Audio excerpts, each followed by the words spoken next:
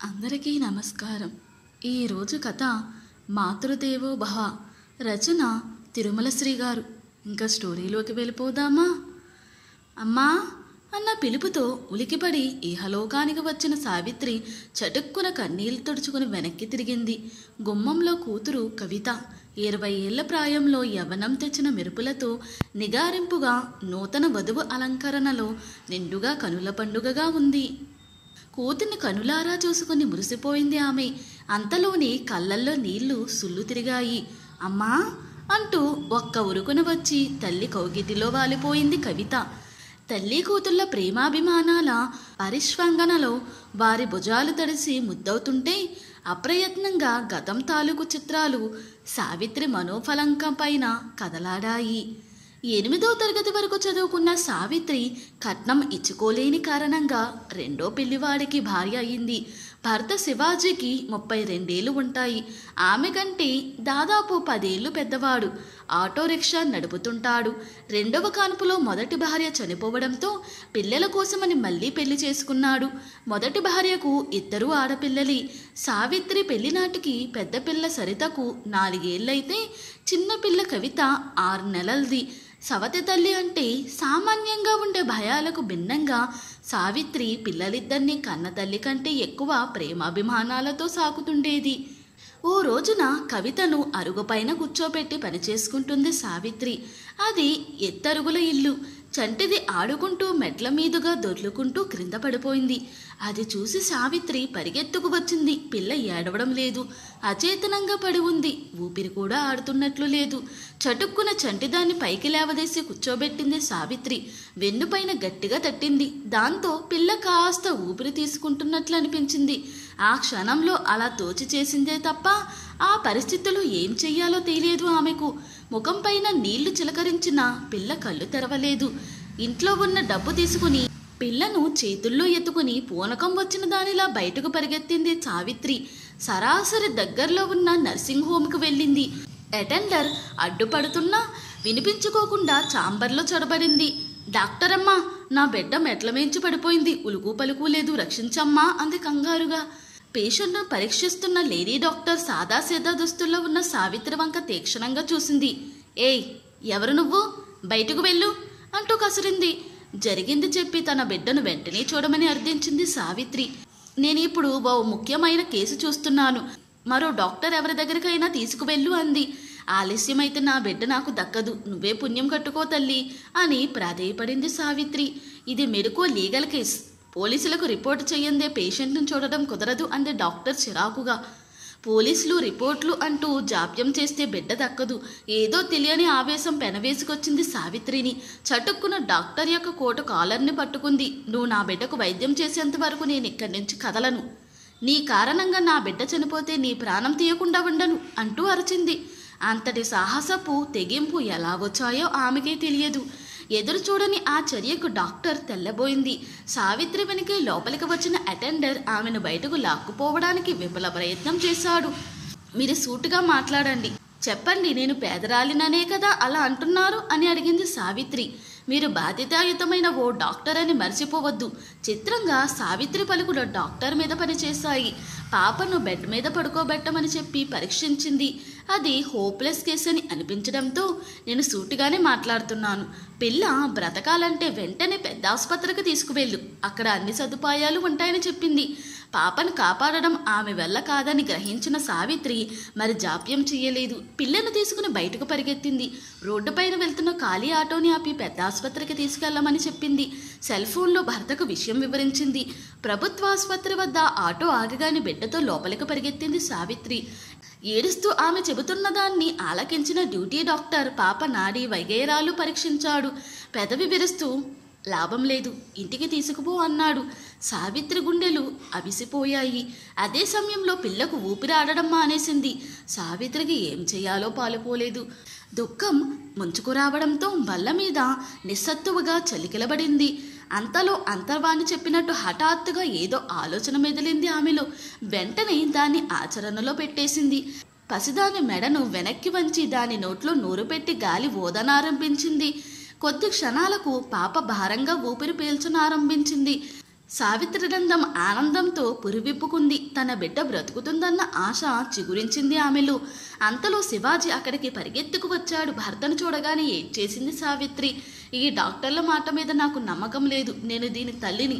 నా బిడ్డ నన్ను విడిచి వెళ్ళిపోదు అంది ఉట్టిపడే ఆత్మవిశ్వాసంతో. ఎంత ఖర్చైనా సరే ఇంకా పెద్ద హాస్పిటల్కి తీసుకువెళదాం, నా తల్లిని బతికించుకుందాం. ఓ సూపర్ స్పెషాలిటీస్ హాస్పిటల్కి వెళ్లారు దంపతులు. డాక్టర్స్ సావిత్రి చెబుతున్నది వింటూనే చంటిదాన్ని జాగ్రత్తగా పరీక్షించారు.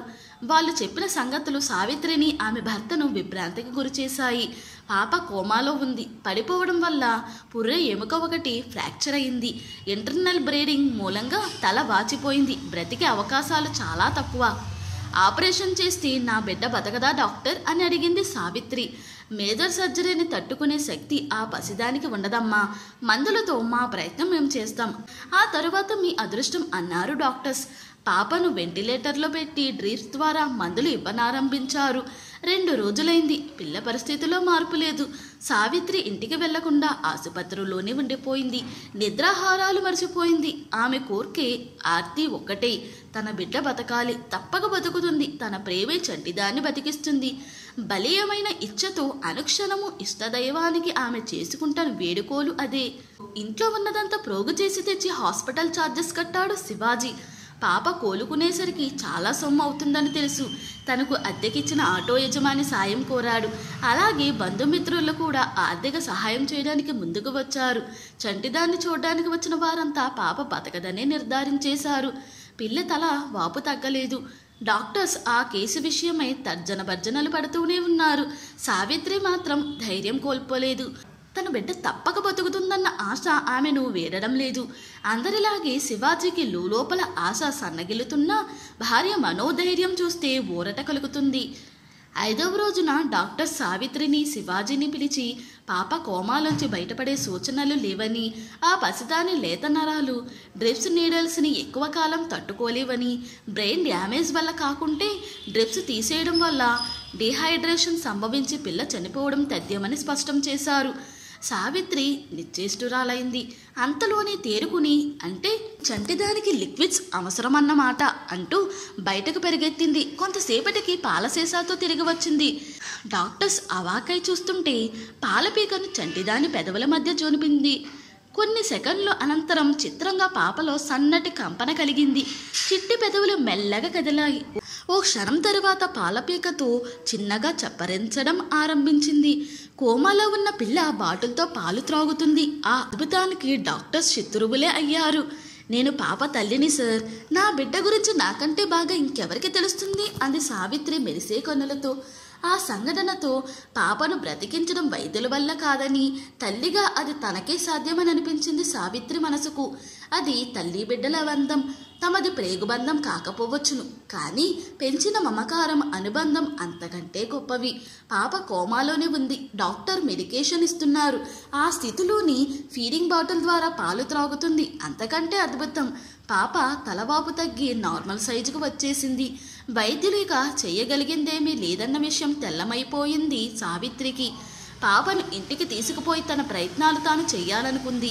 ఈ స్థితిలో పిల్లని ఆసుపత్రి నుండి కదిలించడం సాహసమే అవుతుంది. జాగ్రత్త అన్నారంతా. శివాజీకి మాత్రం భార్య జడ్జిమెంట్ పట్ల విశ్వాసం ఉంది. డాక్టర్స్ మందులు రాసిచ్చి సూచనలిచ్చారు. సానుభూతితో హాస్పిటల్ ఛార్జెస్లో కొంత రాయితీ ఇచ్చింది. అప్పు చేసి తెచ్చిన సొమ్ముతో బిల్లు కట్టేశాడు శివాజీ.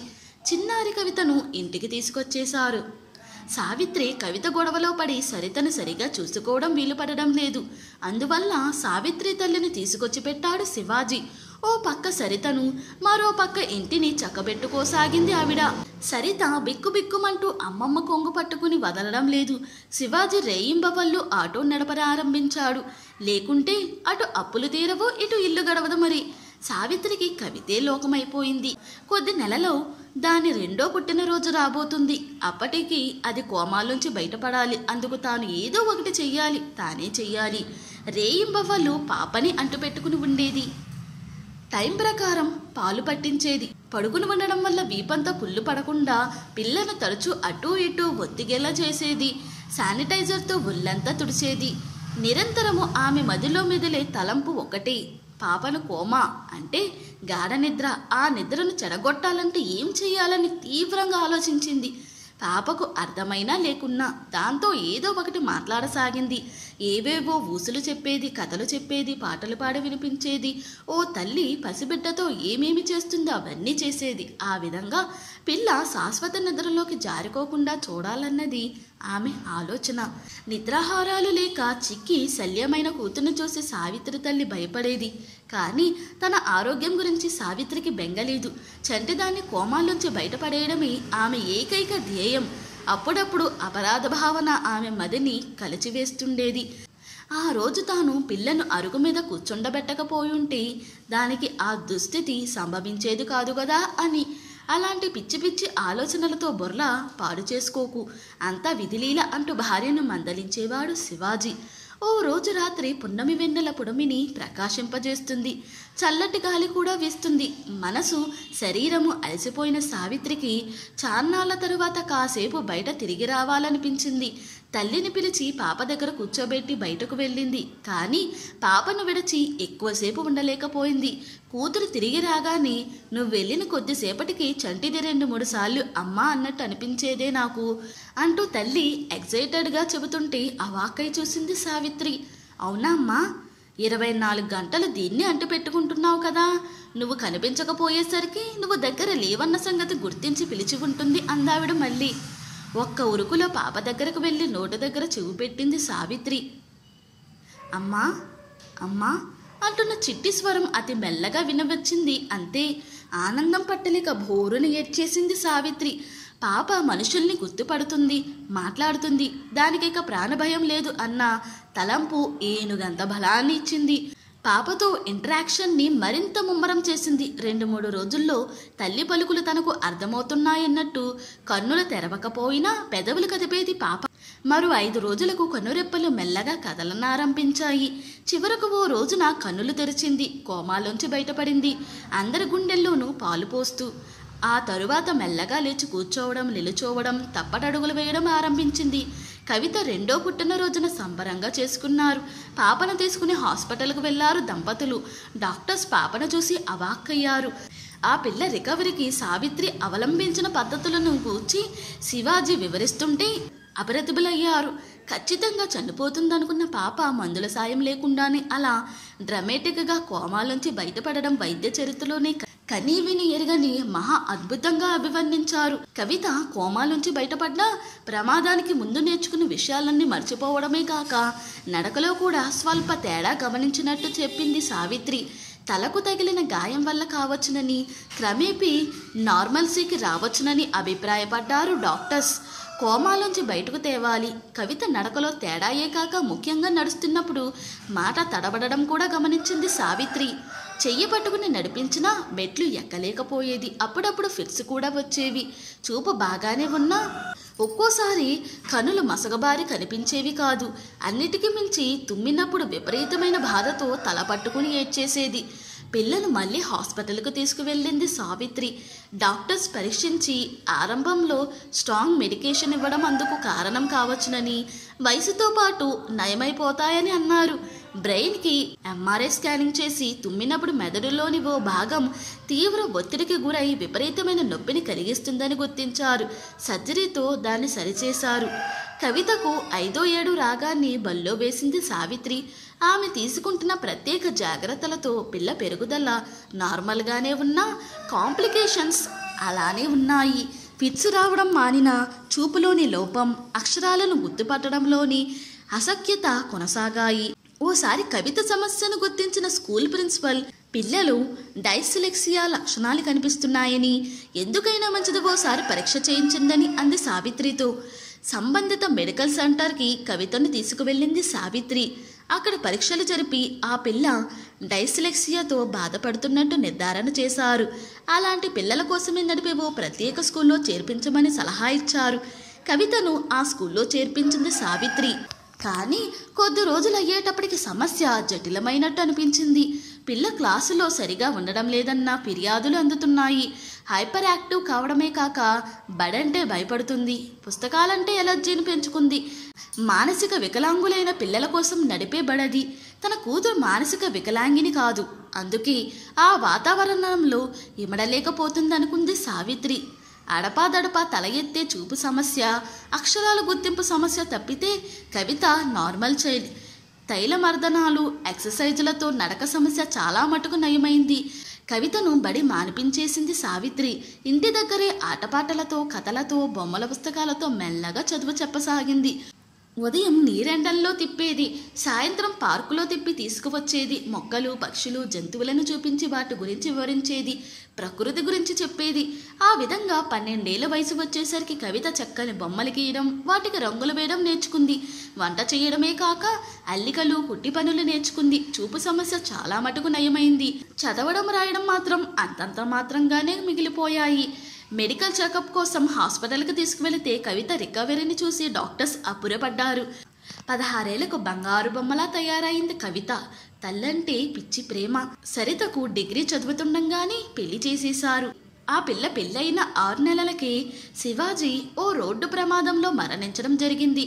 భర్త అకాల మరణం సావిత్రికి అసనిపాతమే అయినా కవిత కోసం గుండె రాయి చేసుకుంది. ఇంటి దగ్గరే తనకు చేతనైన చిన్న ఫాస్ట్ ఫుడ్ అంగడి పెట్టుకుంది.